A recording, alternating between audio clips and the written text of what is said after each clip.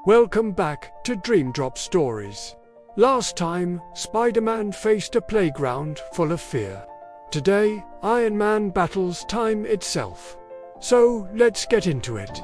Stark's distress call in the high-tech heart of Manhattan.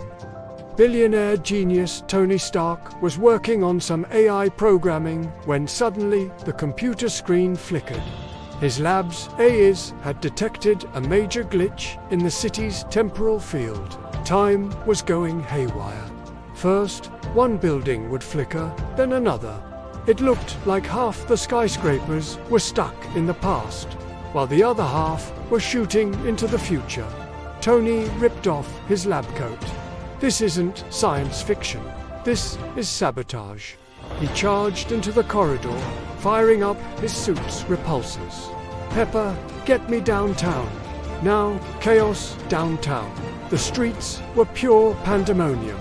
Cars had turned into horse-drawn carriages. 1 second, a group of kids were zooming around on hoverboards.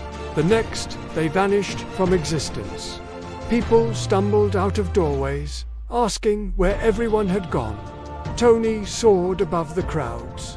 It was every bit as bad as he feared. From the looks of it, whoever did this had a personal vendetta against New York. But why? And who could pull off such a stunt? Then he spotted it, a shimmering portal in the street. Peering inside, Tony saw an array of clocks with hands spinning wildly. Then a woman stepped out, casually adjusting a mask that looked like a twisted clock face. She glided toward the nearest portal and stepped through. "Hey Tony," blasted after her. Enter the villain Chrona. The swirling vortex deposited Iron Man in the middle of an Egyptian tomb. Behind him, the portal shimmered and the woman stepped out again. She looked at the suit and smiled. Well, Iron Man. So you found me. I am Chrona, Time Architect. I'm rebuilding the timeline. You're obsolete. She waved her gloved hand and maces materialized in her 2 wrists. Step aside, old man. Your time has ended. Chasing echoes, Tony wasn't about to let some time-obsessed maniac rewrite history. He blasted Chrona through several more portals. They chased each other through a junkyard filled with robots, from a dystopian future and even to medieval Times Square, where Tony nearly got arrowed by a catapult. All the while, Chrona taunted him about his past failures. Finally, they've reached a dead end in a ruined laboratory. Tony blasted Chrona into a corner. "It's over, villain, give up," but she just laughed. "Foolish mortal. Do you really think you can defeat me? I am Chrona. My power flows from the very core of time." With a flick of her wrist, she opened another portal and beckoned. "Come with me if you'd like to see what lies at the center of all time." Tony hesitated for a second, then dove headfirst into the unknown. Young Tony appears. They hurtled through a kaleidoscope of images until they landed in a dark alley. Confused, Tony looked around. Then he saw another version of himself stepping out of a nearby doorway.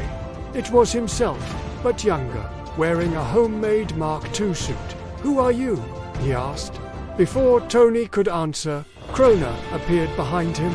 "Ah, young Tony, so sweet of you to join us. I trust you remember our conversation in the cave, little one. How you felt when your best friend died. How you blamed yourself for your father's death. Those were the moments that made you who you are today.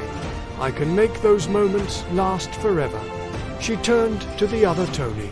"But, unfortunately, your growth is complete. Your purpose is over. Time for you to die." The young Tony's eyes widened in terror. Then Iron Man stepped forward. Placing a hand on the young suit's shoulder, he said, "You failed before. You'll fail again. You don't understand. You failed because you didn't have the strength or the skill. But that doesn't mean you won't succeed next time. We learn, we grow. That's how we win." The 2 Tonys embraced. Then together they powered up, merging into a new upgraded suit. Time Core armor. Final battle in the Time Nexus. Chrona opened a portal to her secret base. The Time Nexus. Iron Man flew inside, blasting through gear storms and dodging Chrona's time illusions.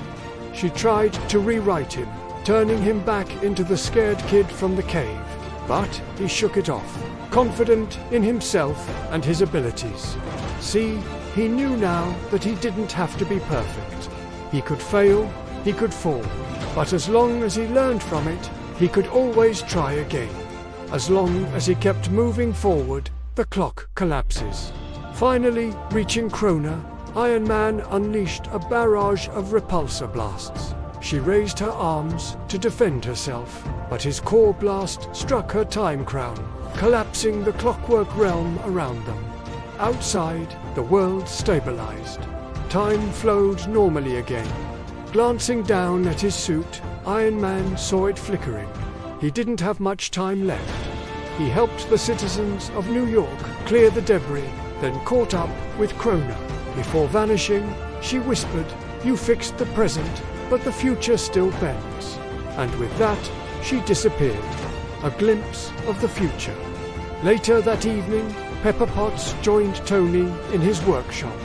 "How's the future looking?" she asked. "It's not certain," Tony replied, "but it's ours to create. Want to see something cool?" He showed her the Mark II suit. "That's the first suit I ever built. Look how far we've come since then." He put his arm around her. "You know what else is cool?" she asked. "What's that?" he replied.